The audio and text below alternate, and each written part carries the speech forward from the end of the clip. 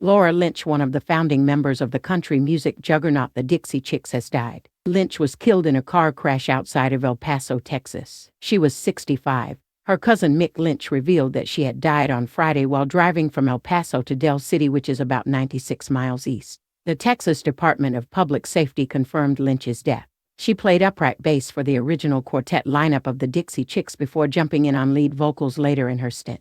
The current trio lineup of the group changed its name to simply the Chicks in 2020 in the wake of racial justice protests spurred on by the murder of George Floyd. According to a preliminary investigation by law enforcement, Lynch had been driving east on Highway 62 at the time she was killed. Another car that was heading west crossed the dotted line in an undivided section of the two-way highway in order to pass a slower vehicle in front of it. As the opposing vehicle pulled out into the eastbound lane, it hit Lynch's car head-on, killing her. Despite the severity of Lynch's injuries, the other driver survived with non-life-threatening injuries and was taken to a hospital. The crash was apparently devastating and the musician was declared dead at the scene. A full probe into the crash has since been launched, according to the outlet.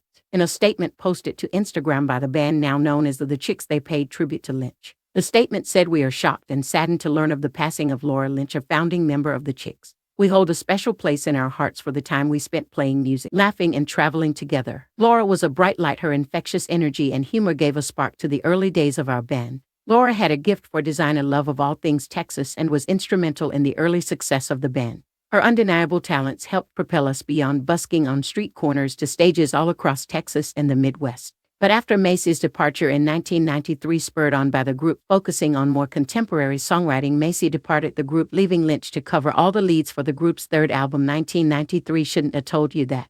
After that album, like the band's previous releases, failed to attract much commercial interest, current guitarist and singer Natalie Maines was recruited to help lead the band into a more modern country style and away from its earlier bluegrass-based style. Details of Lynch's departure are hazy, and it's unclear if she chose to leave the band. The new trio lineup of the Dixie Chicks had a commercial breakthrough with its fourth album, 1998 Wide Open Spaces, which went on to earn diamond status in the U.S. for selling 13 million units. They quickly followed it up with another hit, Fly, which became their first #1 album on the Billboard 200 chart.